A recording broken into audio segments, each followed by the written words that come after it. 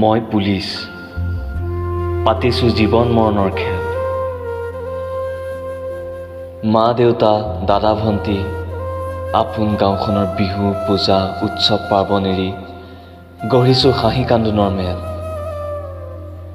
নিজৰ জীৱনক তুচ্ছ জ্ঞান কৰি দুখ কষ্ট সহ্য কৰি সঁপি দিলোঁ জীৱনক জননীক সুৰক্ষা প্ৰদান কৰিম বুলি।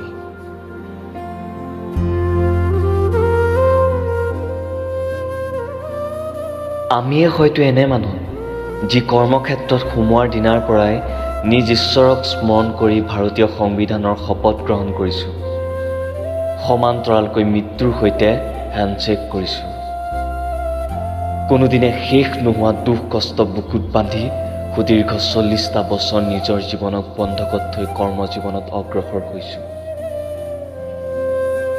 তথাপিও দেখোন বন্ধুবৰ্গৰ সৈতে হাঁহি উল্লাসৰ আনন্দ বন্ধ নহয় কেতিয়াও বুকুৰ ধপধপনি, যেতিয়ালৈ নহ'ব হয়তো কৰ্মজীৱনৰ সামৰণি।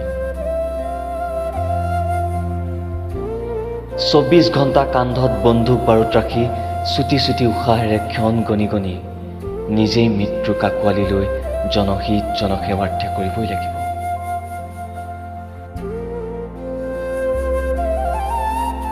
কেতিয়া 3 মিটাৰ বগা কাপোৰেৰে দেহ ঢাকি দিব, কফিনৰ ওপৰত কিমান যে ফুলৰ মালা পৰিব, একমাত্ৰ সময়েহে জানিব।